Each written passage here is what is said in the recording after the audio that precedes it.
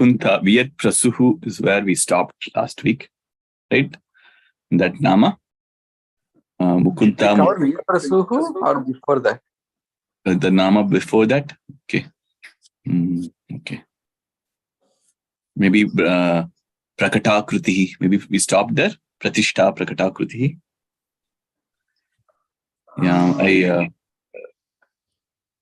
Brahmani, Brahmajanani, Bahurupa, Budharchita, Prasavitri, Prachanda, Pratishta, Prakatakrutihi. Praneshwari, I think Vaishnav there. From there, right? Praneshwari then? Yeah. Okay.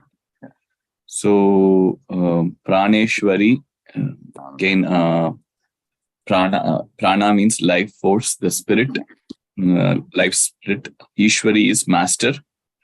Mata, who rules over the life force or the soul, is what this Nama would refer to, Praneshwari. And then Pranadhatri. Datar means bestower, and bestower of prana, who is the giver of prana, the life force. So what Pranadhatri means? Pranadhatri means that who gives life. Pranadhatri means who took the form of prana. Pranadhatri means dharincha. She took the form of life. Or Pranadhatri means who gives life. Like she is a bestower of life. Bestower of life. This is because Datar means bestower. Maybe Datar also means taking a form. Is that what you're saying? No, Dhatri. The difference. Okay.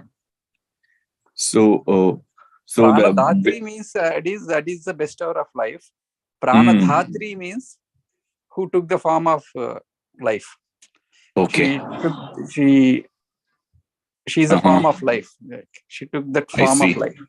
She took the form. Dhatri, that is just a Sanskrit. It may be Pranadhatri. Yeah. Okay. So so this is not the dha. It's like not the alpa prana. Yeah. Yes. But not what do you call the other, the fourth but it's just Dhatri. Dhatri, yes, exactly. Yeah.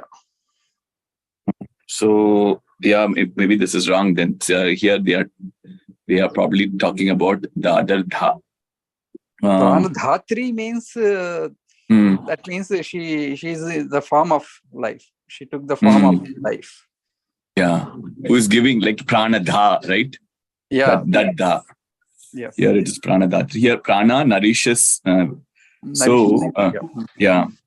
So one who nourishes is also is what the text it says. Here, the previous Nama says she's the chief of prana, and this Nama says, well, here also she's a giver of prana or who nourishes prana. Okay. And then here pranas, here they are also saying prana also means 7 organs. There are 7 pranas because in Mundaka Upanishad says Tasmat Sapta Prana Prabhavanti, which means from that 7 pranas come. The 7 pranas are here, they are referring to 2 eyes, 2 nostrils, 2 ears, and mouth. Okay, that is different, right? Actually, there are 5 life forces: prana, apana, udana, vyana, samana. That is actually pancha pranas. Yeah, that is what it means, I think. Pranadhatri means the one you said, like prana, apana, vyana, udana, samana. Yeah. But this is 7, 2 eyes, 2 ears, that I never heard that. It is there in your book, like that meaning, 7 pranas? Yeah. Okay. It refers to the 7 pranas. It refers to the 5 in Taittiriya Upanishad also. They talk about this pancha pranas, which is prana, vyana, upana, udana, samana. These called as 5 prana pankta. Pankta means 5-fold, meaning 5 group of pranas. This prana pankta make indriya pankta to function. Indriya pankta is functional sense. Therefore, it is apparent without prana, senses cannot function. She gives that vital force, prana, without which life is not sustainable. When she provides prana to the universe, she becomes the Parashakti. Prana is subjective energy or vital force which is derived from the Brahman. This Nama again reaffirms her as the Brahman that permeates and sustains. So like in prana, like is pancha prana different than the other prana? Where the ultimate, I think it's the same, right? Where we talk about Parabrahman as a prana force. Here we are classifying. Here we are talking about Mata who nourishes these pancha pranas, 5 groups of pranas. That is one meaning that they're talking about. So yeah, I guess yeah. Okay, those are all the different interpretation. Okay, yeah, good. Okay. Then the next nama is Panchashatpita Rupini, right? Here, we know this number gets quoted several times, 50 Shakti Pitams. Which is Mata who is seated on the throne of 50 Shakti Pitas. These are also linked to 50 or 51 alphabets, or A to Ksha. Her manifestation in these alphabets becomes Shabda Brahman. So here they are talking, right? The 56 Shakti Pitas. Here they are talking about 50 Shakti Pitas. 50. The Sanskrit letters contains 50 letters. So yeah. But it says Panchashat, right? Panchashat Pita Rupini. Panchashat is 5 tenths, right? That Shat. Oh, set, not 56. Not 56. Only 50. Yeah. Panchashat. Okay, Panchashat. I thought it's Panchashat. Panchashat. Okay. Yeah, Shat. Okay. That means 100. It should be 100 then. How? Shat is 100, is it? Yeah. Panchashat. Okay, let me break it down. Where is Panchasha? Panchasha means 50, it seems. Panchasha. Okay, Panchasha. Okay, I was splitting like Panchashat. Panchashat. Yeah. Okay, yeah, that's wrong then. Okay. Yeah, the way they are breaking is Panchasha is 50, Pita is throne, Panchasha, Pita, when they conjoin, is it like grammatically you have to use Panchashat, Pita? Okay. I mean, when you join Panchasha and Pita, Panchasha, Pita, that's the ter comes as a sandhi, or I don't know. Do you know Sanskrit grammar? I don't know, but in Telugu also there are some words like that, Dugagam Sandhi kind of thing. Those words come in when a specific 2 words are joined. So I can see how it grammatically makes sense, but I was assuming that I was probably thinking wrong. I was thinking, I never understood that. Where is that 56 coming from? We know 108 Shakti Petas or Ashtadas or something, but yeah, okay then. I was thinking Pancha Shatpeta Rupini. So it should be Pancha Satpeta. Okay. So when I read it also, I read it Pancha Shat, right? But it's Pancha Shat Pita Rupini. Panchasha is the one we need. How you need to pronounce it? Okay. Like Pachas in Hindi. Yeah, Panchasha. Panchashat Pita Rupini. And it doesn't talk about the grammatical sandhi. I am just thinking that ter comes because of those 2. Yeah, if it is Panchasa and Pita, then obviously that's correct. Ta should be the joining letter. But okay, I didn't know that type of splitting. Panchasa is 50. So what is that 50? Is the Sanskrit letters? Yeah, there are 50 Sanskrit letters. A to Ksha, if you count, there are 50 alphabetical letters, it seems.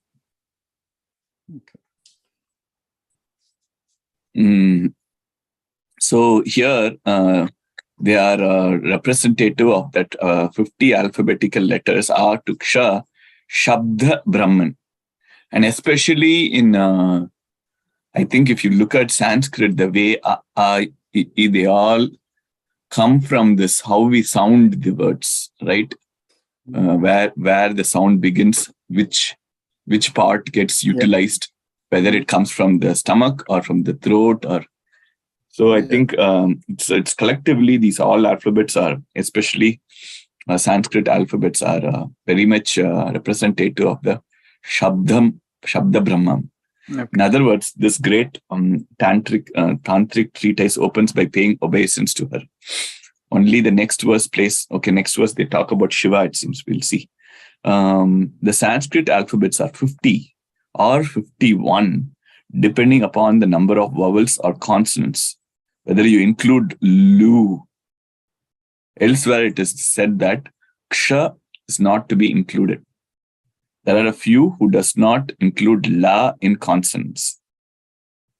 Varivashya Rahasya says that each of the 3 kutas of Panchadashi mantra gives rise to 16 alphabets, totally to 48. Therefore, this nama means that she's the form of 50 alphabets of Sanskrit, which I am not getting this. Maybe if you that each of the 3 kutas of Pancha gives rise to 16 alphabets, totaling to 48. Totaling to 48. How come? Therefore, this nama means she's the form of 50 alphabets in Sanskrit. Her manifestational alphabet is known as Shabda Brahman. There are some interpretations that 51 means 51 Shakti Pitas. When Shiva was not invited by Daksha to participate in Yajna, organized by demon Daksha, father of Sati, an incarnation of Shakti, she immolated herself. Shiva, carrying her corpse, was milling around. Vishnu cut the corpse into 51 pieces that fell in 51 different places. These places are known as Shakti Pitas. Yes, again, this is only for academic interest, and this nama has nothing to do with Shakti Pitas. Shakti Pitas are only later developments. So they are saying this Panchasha Pita is not related to Shakti Pitas. They are more related to the syllables. Is what this. Okay. Yeah, makes sense. There is no consistency regarding the number of Sanskrit letters. But predominantly, the wide belief is 50. Okay. So yeah, I think this is where, and also another way to look at this. In chakras, this is related to the quantity of petals. 4 petals, Mooladhara, 6 petals, Swadhisthana, 10 petals are, when you look at these chakras, they are all a different number of petals. Manipura has 10 petals, Anahata has 12 petals, 16 petals in Vishuddha, and 2 petals in Agnya. If you count all the petals, 4 plus 6 plus 10 plus 12 plus 16 plus 2, they become 50 petals. So one does the math and the number coincides with the amount of alphabets, letters in the alphabet.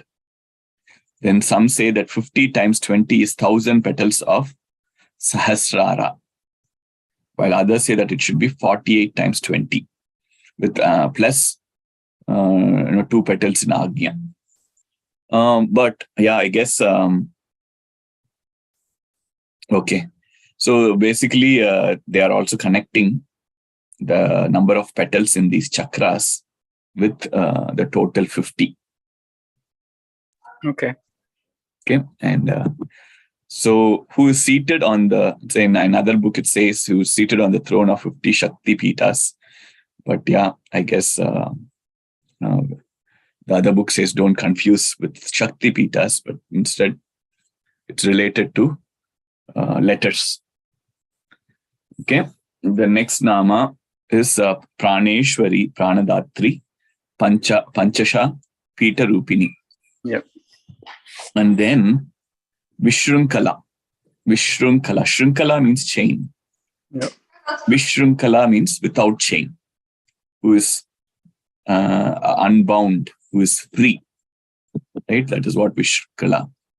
Shrunkala is bondage. She is without any bondage. Bondage is the basic quality of a human being, but Parabrahman is without bondage. Any action, be it good or bad, causes bondage if you are doing it with some expectations. Bondage is caused by performing actions. Are you able to hear me? Okay. Hello? Yes, yeah. Okay. Bondage is caused by performing actions prescribed by scriptures with ego or not performing the prescribed actions. Okay. Bondage is caused by not performing the actions and also performing the actions by involving the ego that I am doing it. Right? I guess it's the general thing that we need to avoid, which is difficult, and we need to get there. Both have the same effect and cause, karmic inflictions. So I think, which means not doing your duty and also doing it with ego have karmic afflictions. Yes. This Nama says that she is beyond such karmic afflictions while performing her duties. If Mata is performing her duties, she doesn't have that bondage because she doesn't do it with ego. That thing of ego is all is not original. It is all something Maya that people get bound to it because of it. This Nama says that she remains unfettered. She's the supreme example of how to do karma without ego. So, okay, anything to add on to any of these? So the next Nama, okay. Sorry, no. No, Go okay. ahead, Deepak, sorry. No, that's good. I just wanted to, I have been talking, so I didn't ask you guys if you have any comments to make. So next Nama is Viviktastha. I think when I read this, I remember one of the sloka in Bhagavad Gita, Viviktas, I think secluded places, right? There were some of the qualities they talk about. And Vivikta Desa, something it comes, where people, good-hearted ones, they like the secluded places. So here, Mata, Viviktastha means, where does it come from? How do you? Vivikta means? Vishnu Sahasranama, I think. Vivikta Sruti.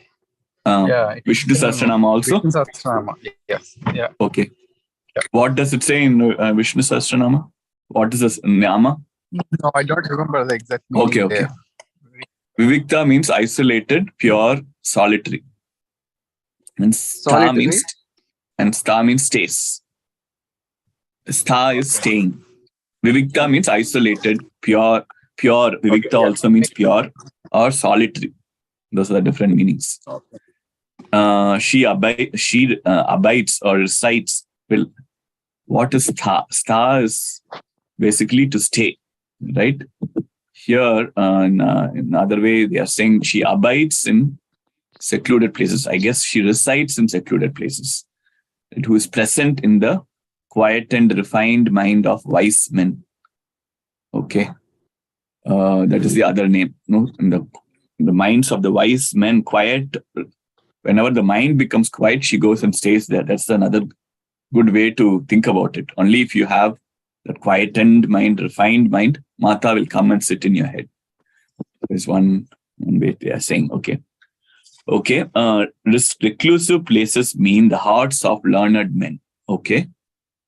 Learned men are those who can differentiate between the self and self. Between the self and self. Okay. Worshipping Shakti should be done only in privacy. She will not manifest in crowd. Generally, crowd causes distorted vibes as different persons have different thoughts. But in places where bhajana happens, spiritual discourses are performed, positive vibrations increase manifold.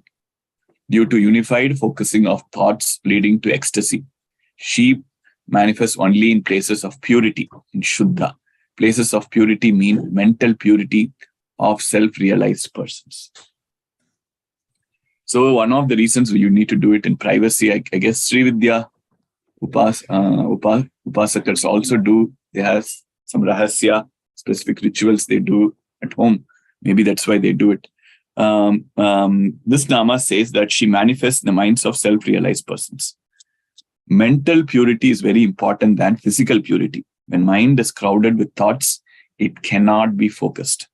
Unless mind is focused on her, it is not possible to attain her. Mind is the only tool available to attain her. The mind can be controlled by three means. One is through pranayama. Second is a focused consciousness using the internal tools or antahkarana. The third is samadhi. This is realized by personal experience. Sage Patanjali says in Yoga Sutra, when the mind is not resolved or silenced or purified, the seer is identified with modifications. Yoga Sutra says that everything arises from the mind. Mind can be purified only if one becomes devoid of attachments, desires, and ego. Spiritual progression can be measured only by the presence of three elements in one's thoughts. Those three elements are attachments, desires, and ego. One's spiritual progression should not be ascertained from others. One has to be his own judge in measuring his spiritual progression. I guess somebody cannot tell, you are spiritually progressed. You are the only judge. Is what they are saying. And only in such minds, Mata will come and stay. So that is Viviktastha. Okay, who resides in secluded places. Mukunda Mukti, not that one. Praneshwari, Pranadatri, Panchashat Puttar Rupini, Vishrunkala, Viviktastha. Okay, anything to add on to that? I met Swamiji. I shared the video also with you, Srinivasa. She came from Belur Math, and she was saying, always the rishis. I always like to go to the mountains. I'd like to spend more time there, and it's always there. The mountains, hills. That there are like the environment, the waves are better. I think you don't find all this polluted. Yeah.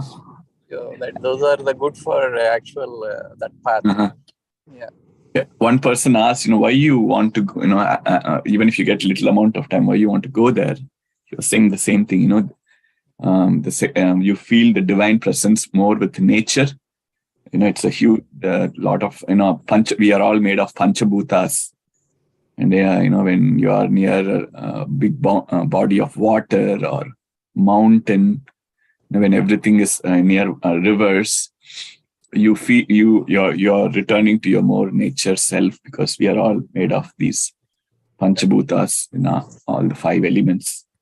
If we are secluded in a concrete or a house or something, you don't connect, and that's why it accelerates your spiritual progress by being there. That's what you're saying. Yeah, isn't it? So I guess that's why all the Swamis, they go to Himalayas.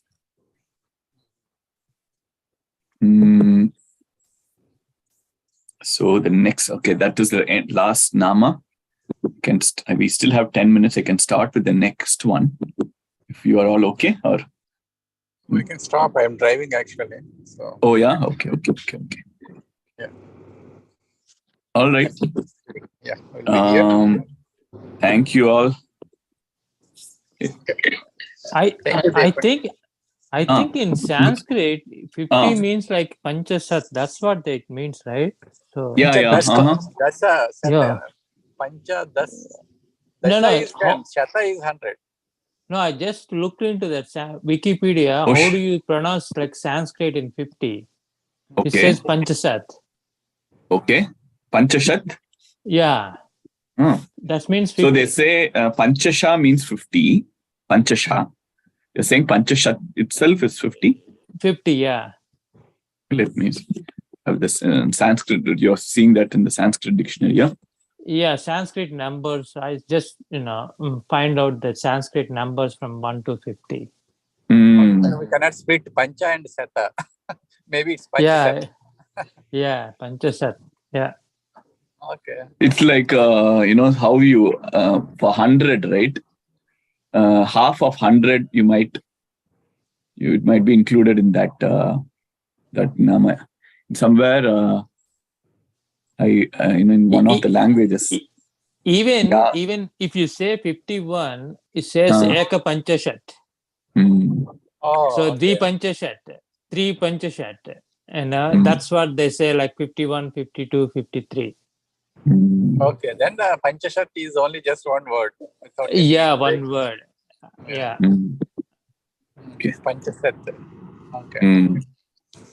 Great. We learned one Sanskrit number. Yeah. Cool. Thanks, Vasu. No problem.